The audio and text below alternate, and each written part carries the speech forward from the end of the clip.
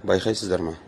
Жаназада құрметті имамдарымыз қандай адам еді деп сұрайды.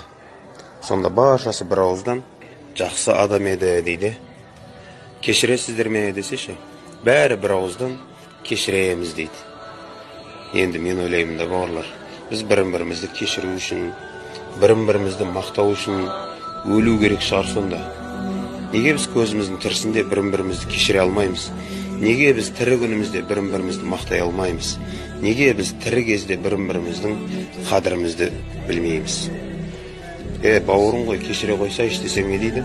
Қалай кешірем мен оны? Оның маған жасаған нәрселері деген сияқты да. Қандай адам десең, оңбаған, не болмаса енді жақсы адам, бірақ кемшілігі бар деген сияқты. Оны Абай атамыз айтады. Өлген адамның жаманы жоқ, тірі адамның өсектен аманы жоқ дейді. Енді